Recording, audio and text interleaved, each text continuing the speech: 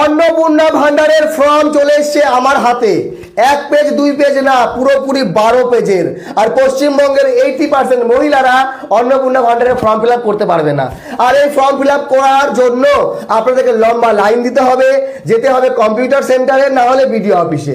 দেখেন 1 পেজের 2 পেজের হলে তো হয়ে যেত। এই যে ফর্ম, এটা টাকা দেওয়ার ফর্ম না টাকা না দেওয়ার ফর্ম, সেটা কিন্তু আজকের ভিডিওতে আলোচনা করব। দেখেন 12 পেজের কিসের দরকার? এই ফর্ম আমি যা দেখলাম, পড়লাম, বুঝতে পারলাম, যদি আপনার বাড়িতে 4 চাক্কা থাকে তাহলে আপনি অন্নপূর্ণা ভান্ডার পাবেন না। যদি আপনার পরিবারের স্বাস্থ্য বীমা আপনি করে থাকেন তাহলে অন্নপূর্ণা ভান্ডার পাবেন না। যদি আপনার বাড়িতে 3টির বেশি পাকা রুম থাকে তাহলে পাবেন না। আপনার বাড়িতে ছাদ থাকলে আপনি কিন্তু অন্নপূর্ণা ভান্ডার পাবেন না।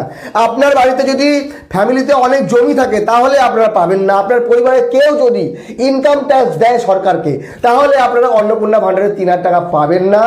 এমনকি আপনার পরিবারে কেউ সরকারি চাকরি করে থাকে তাহলে কিন্তু অন্নপূর্ণা ভান্ডার পাবেন না।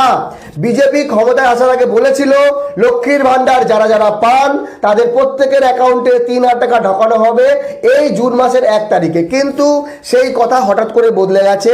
এইবার অন্নপূর্ণা ভান্ডার যতদিন না হচ্ছে ততদিন লক্ষ্মীর ভান্ডার চালু থাকছে। কিন্তু অন্নপূর্ণা ভান্ডার কাদের জন্য দরকার?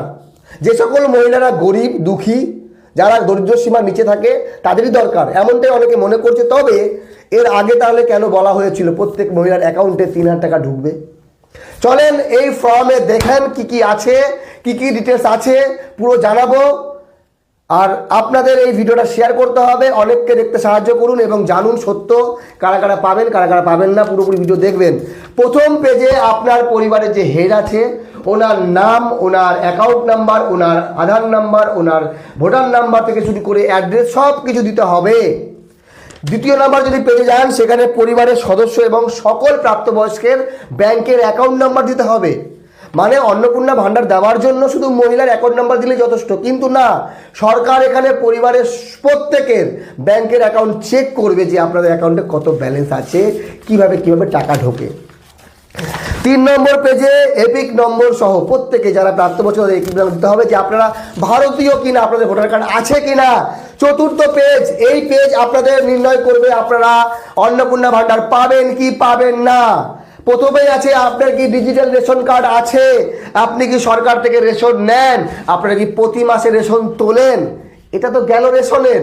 তারপরে আছে বাড়ির ধরন, আপনার বাড়িতে কি 3 বা তার বেশি পাকা ঘর আছে। আপনি গরিব হলে আপনার পাকা ঘর থাকার কথা না। যদি 3টির বেশি পাকা রুম থাকে তাহলে আপনি কি অন্নপূর্ণা ভান্ডার পাবেন?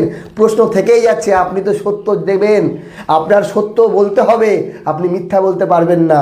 তারপরে কি আছে পারিবারিক জমির মালিকানা, আপনারা কত জমির মালিক। যদি আপনারা জমির মালিক হন তাহলে অন্নপূর্ণা ভান্ডারে 3,000 টাকা নিয়ে কি করবেন।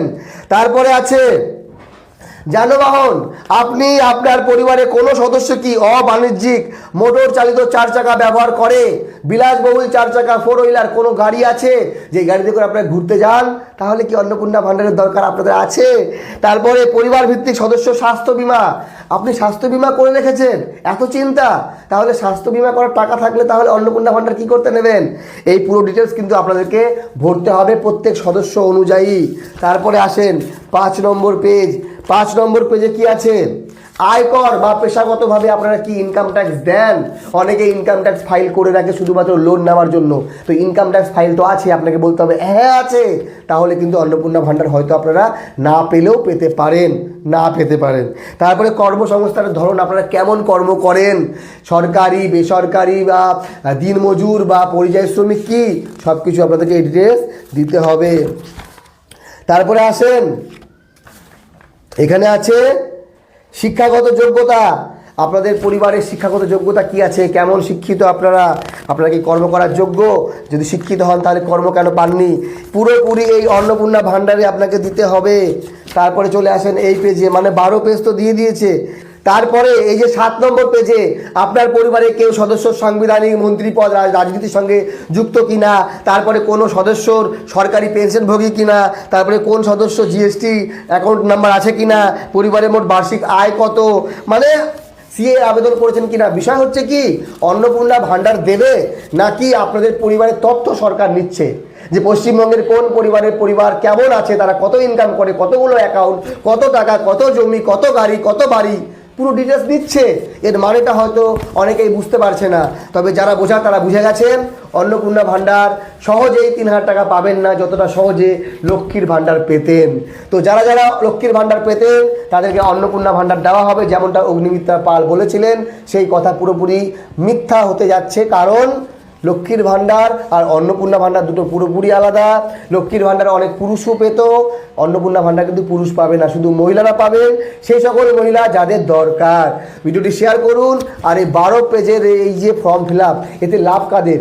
জেরক্সের দোকানদারদের, যারা ফর্ম ফিল আপ করে দেবে, যারা অনলাইনে কম্পিউটারে করবে, তাদের উপার্জন হবে, তাদের লাভ হবে। কারণ ফর্ম ফিল আপ সবাই করবে, কিন্তু সরকার সবার ফর্মকে মান্যতা দেবে না, সবার যে আবেদনকে গ্রহণ করবে না।